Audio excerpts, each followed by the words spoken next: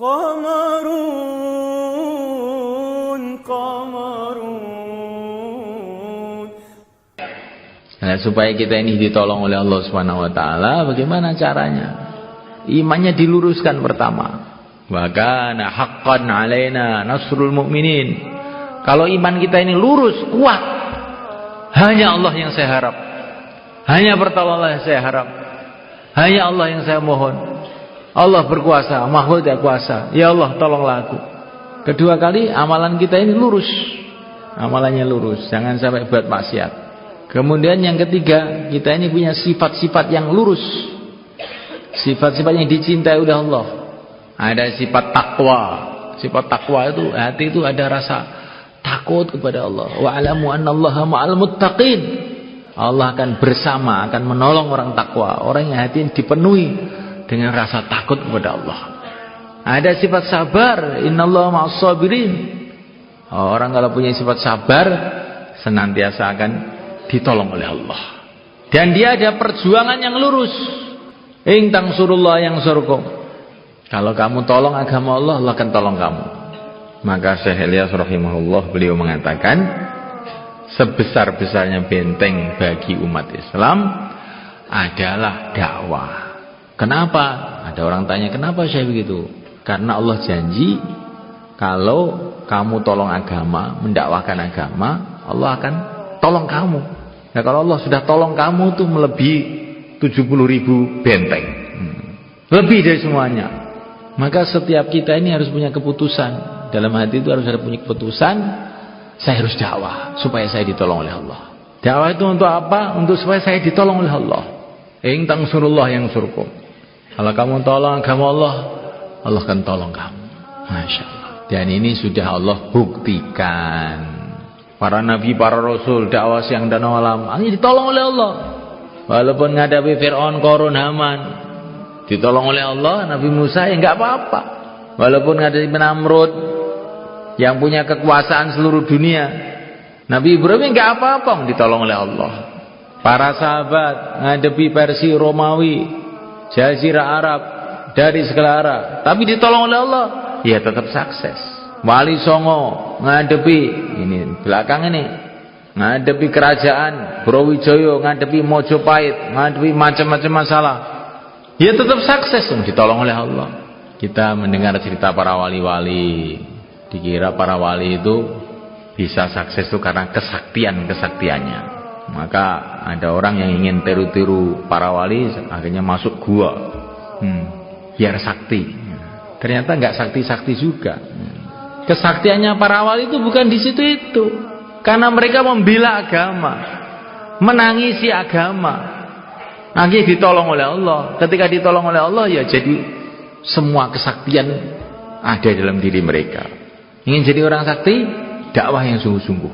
Betul malaikat, ditolong oleh Allah. Kalau sudah ditolong oleh Allah, apa jagoan-jagoan Qarun, Haman, Fir'aun, Namrud, keok semuanya. Tapi pakai syarat, dakwahnya harus dakwah yang benar, dengan cara Rasulullah SAW, cara para sahabat, cara orang-orang yang paham tertib agama. Dan dakwahnya harus ikhlas, semata-mata karena Allah. Saya di pondok ini sudah bosan ngaji itu. Sudah berbulan-bulan ngaji aja. Saya mau cari penyegaran, keluar 40 hari.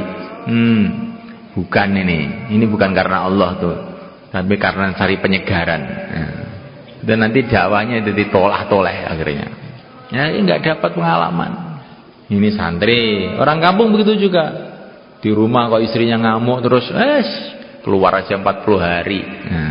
Sumpek di rumah. Bukan tidak begitu. Kita keluar jalan Allah semata-mata mencari ridha Allah. Nanti kita akan dapat pengalaman-pengalaman iman, pengalaman-pengalaman pertolongan Allah.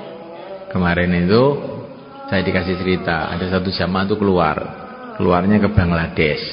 Nah, waktu itu ada bayannya itu cerita bagaimana pentingnya taklim rumah. Rumah itu kalau dihidupkan taklim, berarti rumah itu nyambung dengan rumahnya Nabi Agung Muhammad SAW. Rumah itu kalau tidak dihidupkan taklim, nanti rumah itu akan jadi gelap, banyak setannya. Kemudian rumah itu akan jadi injekan-injekannya orang-orang Yahudi Nasrani. Dengan dipasang televisi, dipasang radio, macam-macam internet, maka orang Yahudi, orang Nasrani itu masuk di kamar-kamar kita. Bahayanya itu begitu. Maka ini orang Indonesia ini yang mendengarkan bayan itu langsung teringat, Masya Allah, saya mau berangkat 4 bulan ini baru beli parabola ya. Terus bagaimana nanti anak saya itu ditipu sama Yahudi Nasrani di rumah-rumah mereka. Itu waktu bayan itu dia tuh sedih itu hatinya tuh, perih hatinya. Nah, selesai bayan maka dia keluar ke masjid. Ya, namanya ini karkun baru, masih bawa HP. Tutit. Telepon dari rumah. Istrinya telepon. Ada apa kau telepon? Saya ini sedang keluar loh, jangan telepon-telepon begitu. Ini ada berita musibah besar. Musibah apa? Itu parabola kita itu disambar halilintar. Ambruk. Ini sudah agak lama, berapa puluh juta itu. Maka ini orang yang keluar tadi, Alhamdulillah. Alhamdulillah bagaimana? Memang saya sudah risau betul kalau kamu ditipu Yahudi Nasrani, kok disambar halilintar. Alhamdulillah.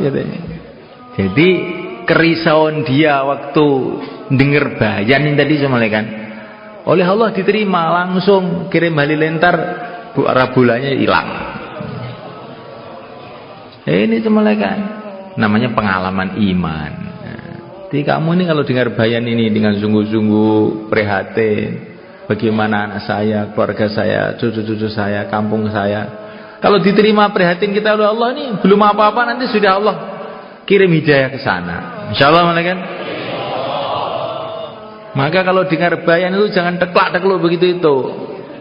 Itu nanti nggak nyambung setrumnya. Dengar bayan dengan tawajuh riso, ya Allah terimalah kami. Nanti tiba-tiba belum apa-apa hidayah sudah masuk di rumah kita. Itu terjadi sering kan. Jadi para sahabat dulu juga begitu. Kampung-kampung yang mereka belum datangi tiba-tiba masuk Islam. Sebabnya macam-macam. Ada yang sebabnya itu ada serigala, asu ajak itu, tahu-tahu ngomong ngajak masuk Islam. Ada yang sebabnya itu berhala, tahu-tahu keluar suaranya ngajak masuk Islam. Macam-macam itu. Jadi kalau usaha dakwah kita ini diterima, nanti terjadi perkara-perkara yang kita tidak sangka-sangka. Karena Allah tolong kita. Kalau kamu tolong agama Allah, Allah akan tolong kita. Coba kita datang ke pulau-pulau kecil sana, di Madura, di Kangean, di Sempudi, di mana-mana. Itu loh, zaman Wali Songo dulu bagaimana mereka datang ke sana? Kok sana sudah ada masjid, ada musola, ada pesantren. Ya, ini di Indonesia ada 13.000 pulau. Yang ada manusianya kebanyakan sudah Islam. Bagaimana mereka kok bisa Islam itu dulunya?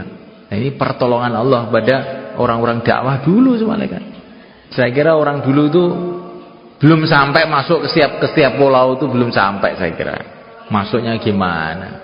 Buang kita saja itu bingung itu melihat saking banyaknya. Tapi ketika Allah nolong, bayangkan Sunan Ampel itu orang asing, orang asing.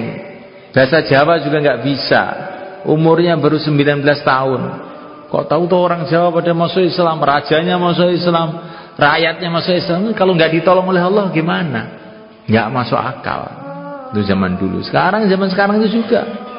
Loh di Inggris, di Perancis kok orang-orang pada berbondong-bondong masuk Islam. Ini kalau bukan pertolongan Allah bagaimana? Mungkin. Dan itu yang dakwah bukan orang-orang kaya, bukan orang pejabat-pejabat, bukan rakyat biasa yang nggak punya apa-apa. Tapi ketika Allah tolong, datang perkara-perkara yang tidak dikira-kira. Di dakwah itu bukan untuk mengaruhi orang, kan? Bukan. Kita dakwah itu supaya ditolong oleh Allah. Maka ada orang datang kepada Syekh Yusuf rahimahullah, Syekh, dakwah kita ini gremet seperti semut, sedangkan kebatilan itu lari seperti pesawat terbang. Bagaimana mungkin dakwah kita ini akan menyelesaikan masalah? Maka Syekh Muhammad Yusuf mengatakan, dakwah kita ini bukan mau balapan dengan mereka, tidak. Dakwah kita ini kita dakwah dengan ikhlas sampai dakwah kita diterima oleh Allah. Nanti yang menyelesaikan ahli batil itu Allah, bukan kita. Nah, maka dakwahnya harus sungguh-sungguh, nggak bisa main-main teman-teman. Saya ini nggak bisa ngomong Pak Kiai. Nah, saya orang kampung, orang desa, suruh dakwah gimana? Siapa yang mau dengar saya? Allah mau dengar kamu, asalkan kamu beneran. Karena kamu itu hamba Allah, diciptakan oleh Allah. Allah mesti mau dengar kamu, asalkan kamu itu beneran. Insyaallah mereka. Dakwah itu bukan dari kekuatan orang dakwah itu, tapi dari hubungan dia kepada Allah Subhanahu Wa Taala. Kalau dakwahnya diterima, nanti macam-macam hal-hal yang tidak disangka akan datang sebenarnya. Maka dakwah itu penting nggak teman-teman? Maka umat Islam itu sejak zaman dulu suksesnya, hebatnya ketika mereka dakwah. Bukan hebatnya ketika mereka banyak, bukan hebatnya ketika mereka kaya, bukan hebatnya ketika mereka jadi raja-raja, bukan. Hebatnya ketika mereka dakwah. Ketika mereka dakwah sungguh-sungguh dengan ikhlas semata-mata karena Allah, macam-macam datang pertolongan Allah. Sehingga mereka menjadi orang-orang mulia di dunia ini sebelum akhirat. Maka kita mau belajar perkara ini, insyaallah malaikat.